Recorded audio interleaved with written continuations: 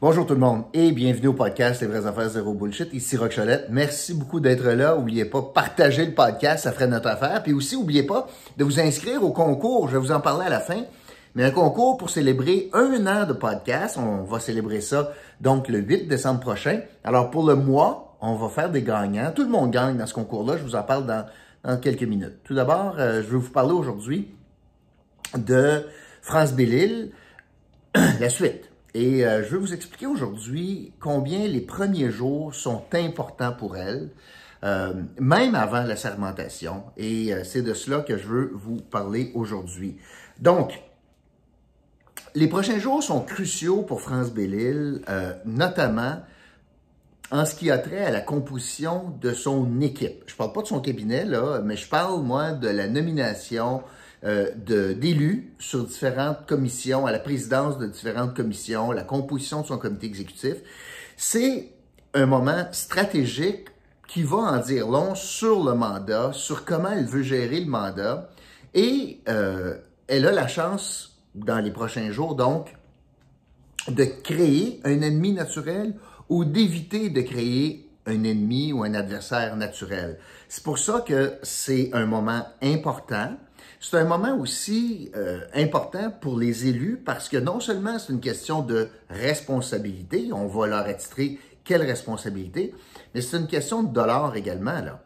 Parce que à part le salaire de base, qui n'est pas beaucoup à la ville, moins de 70 000 $ par année pour une job de fou, ben si tu présides des commissions ou des comités, dépendamment duquel, eh bien, il y a une rémunération qui va avec cela. Donc, on est en train de voir là s'il y a des gens qui vont, par exemple, être capables de dire ben, « je vais travailler à temps complet pour la ville » ou « si j'ai pas assez de revenus, je vais garder une job à part ça ». Alors, c'est un moment là assez important parce que là, il y a du monde qui vont toucher plus de salaire avec les décisions de France Belle-Île. Il y a des nominations qui viennent de elle, puis il y a des nominations qui viennent du conseil. Mais honnêtement, dans les premiers jours, avec un nouveau conseil, c'est pas mal France Belle-Île qui va décider comment va s'orienter le vote, parce que si elle nomme quelqu'un à l'exécutif, ça serait extraordinairement inhabile de leur part qui vote contre la mairesse pour une nomination à un comité, par exemple. Alors, c'est pas mal organisé que le gars des vues dès le départ, puis je voulais vous parler de cela. Donc, c'est un moment important, pas fatidique, mais important pour voir le déroulement des choses. Et je vais me transposer aujourd'hui en conseiller stratégique. Si j'étais un conseiller stratégique de France Belle-Île, voici à peu près ce que je lui dirais. Bon, je vais vous faire pas des prédictions, mais je vais vous dire ce que je ferais, moi. La suggestion que je lancerais ou j'offrirais à France Belle-Île, est-ce que ça va tomber comme cela lorsqu'elle va faire ses nominations? Je l'ignore. Mais voici ce que je lui recommanderais. Et ces recommandations-là sont basées sur 5 grands principes qui, à mon sens, sont importants en début de mandat. Premièrement, il y a certains rôles clés à la ville. Il y a certains comités plus importants que d'autres. Honnêtement, le CCU, je vais vous l'expliquer dans une minute, là, le comité consultatif d'urbanisme, c'est comme plus important que la commission Gatineau-Ville-en-Santé. Pour l'effet réel sur la ville, là, pas mal différent. Alors, il y a certains postes clés et elle doit utiliser ce moment-ci comme un des grands principes pour s'assurer que les gens qu'elle va placer à ces positions stratégiques ben, vont aller dans le sens de son agenda. Je veux pas des gens qui sont diamétralement opposés à sa vision, par exemple en développement économique ou en développement résidentiel ou en matière de fiscalité. Ça prend des communautés de pensée dans des rôles clés. Premier grand principe, communauté de pensée. Le deuxième grand principe en politique, tu en as besoin de cela, mais c'est qu'il faut que tu récompenses ou il faut que tu reconnaisses la fidélité. C'est pas toujours un long fleuve tranquille, c'est pas toujours facile, mais la fidélité, ça vaut quelque chose en politique. Et c'est le deuxième grand principe, c'est le moment de reconnaître puis de retourner l'ascenseur pour les gens qui ont été fidèles. Pas les couleuvres, pas les gens sa clôture, pas les gens qui vont au gré du vent, puis hop, Maude est en avance, je me colle sur Maude, hop là, oh, Jean-François commence à remonter, je le trouve bien bon, etc. Donc, c'est le moment. Pas de garder des rancunes, pas ça que je dis, mais des gens qui ont été fidèles, ben, tu leur dois ça. 3, c'est un moment pour aussi se montrer bon joueur. Action Gatineau a quand même eu 8 élus et c'est même si la majorité c'est des indépendants, puis même si elle est indépendante, elle a déjà dit qu'elle était pour reconnaître le talent d'Action Gatineau, de certains membres d'Action Gatineau. C'est un moment pour montrer là, que on part à zéro, là, puis qu'elle va être mairesse de tous les Gatinois, incluant ceux et celles qui ont voté pour Action Gatineau, en nommant notamment des gens d'Action Gatineau à certains postes. L'autre chose, c'est très certainement un bon moment aussi pour asseoir son autorité. Et vous allez voir, dans un cas en particulier, que j'utiliserai, là, dans le fond, une main de fer dans un gant de velours, mais pour asseoir son autorité dès le départ. Pas parce qu'il y a des gens d'expérience autour de la table qu'elle va se laisser marcher sur le corps ou impressionner, ou je pense que c'est un bon moment pour dire « OK, c'est moi la mairesse, là, mais je vais asseoir mon autorité. » Ça peut bien se faire. Puis finalement, c'est pas le moment, je vais le dire comme ça, 5e principe, c'est pas le moment de te créer des ennemis pour rien.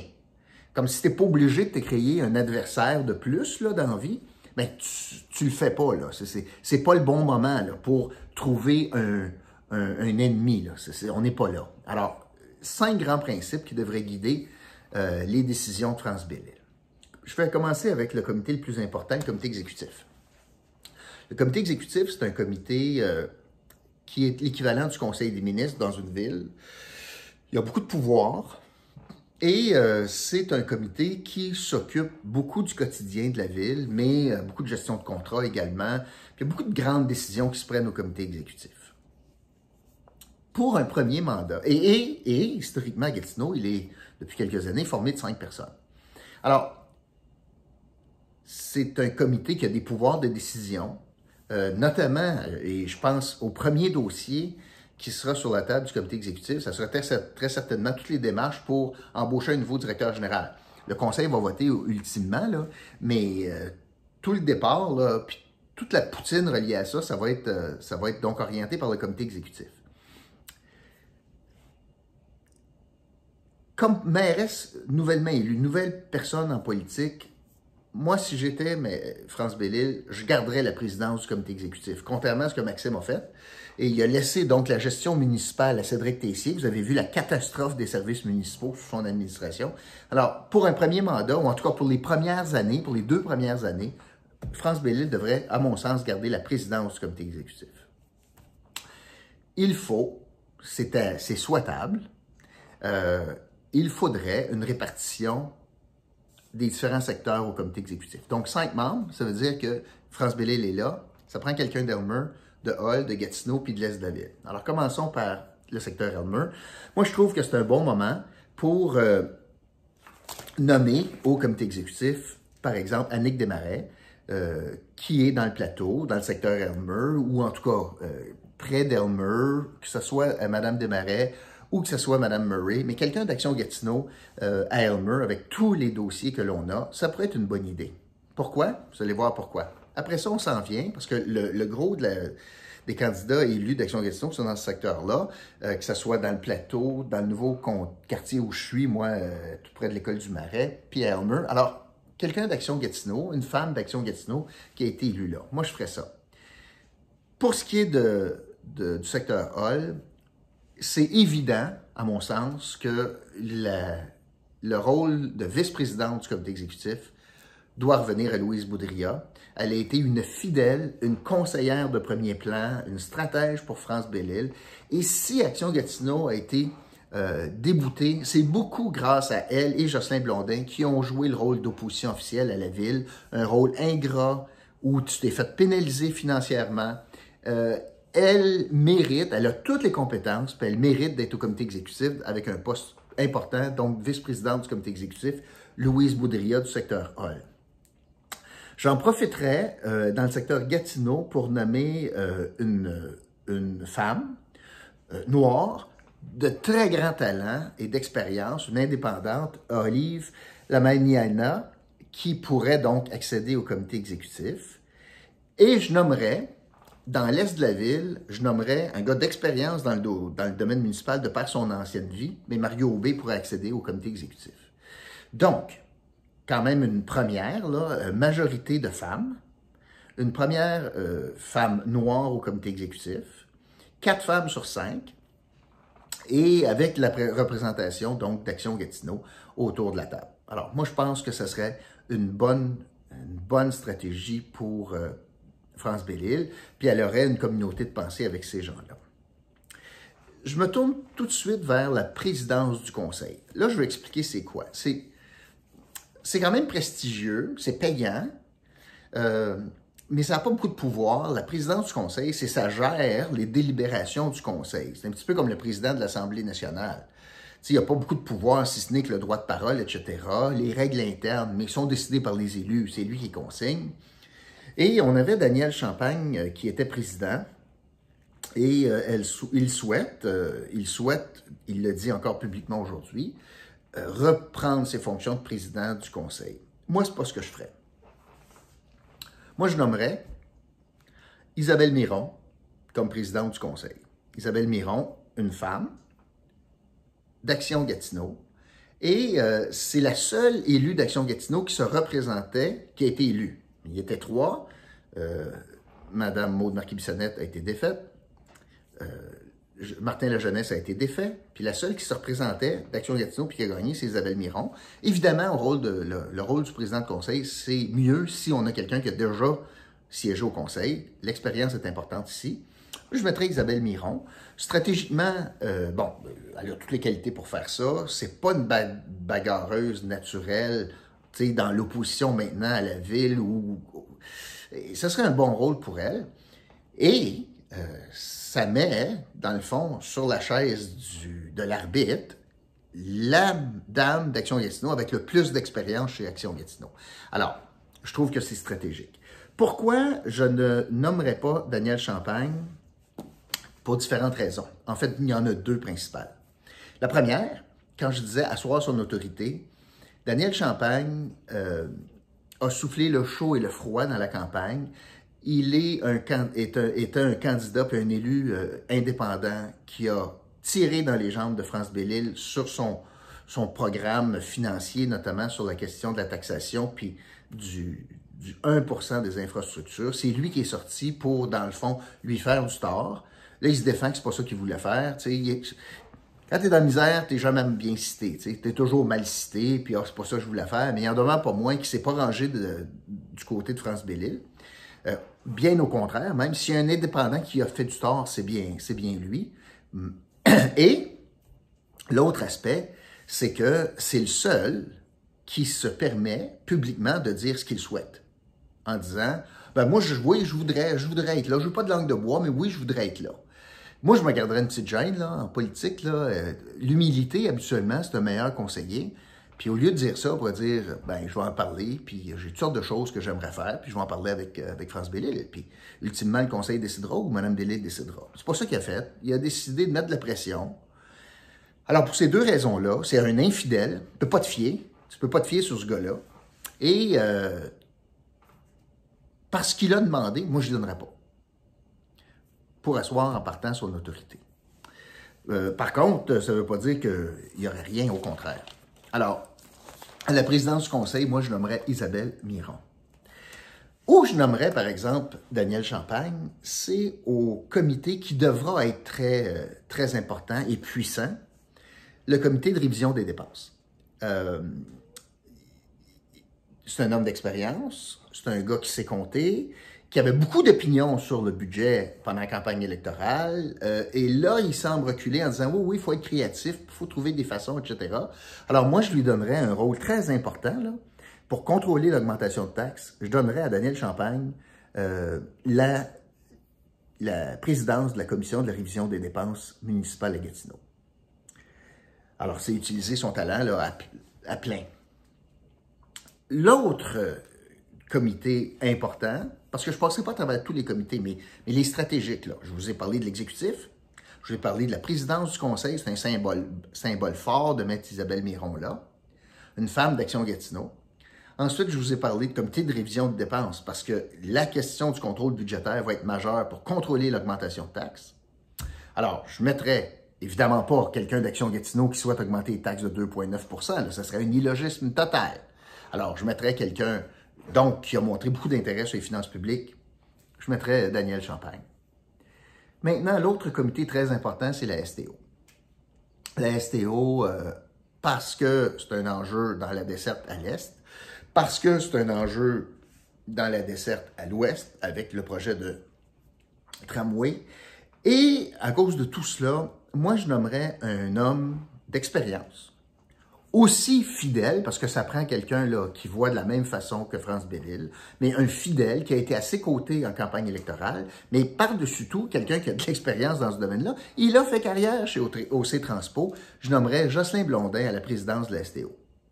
Et c'est un rôle stratégique, névralgique, et Dieu sait que la question du tramway de Gatineau va passer dans le secteur Hall, dans le secteur de Jocelyn Blondin d'ailleurs, et c'est une grosse affaire. Et c'est un homme d'expérience, c'est un homme fidèle, qui croit en France Bellil, qui ont les mêmes visions. Je verrais très bien, donc, Jocelyn Blondin, surtout, qui a fait beaucoup d'années au comité consultatif d'urbanisme, et j'y arrive.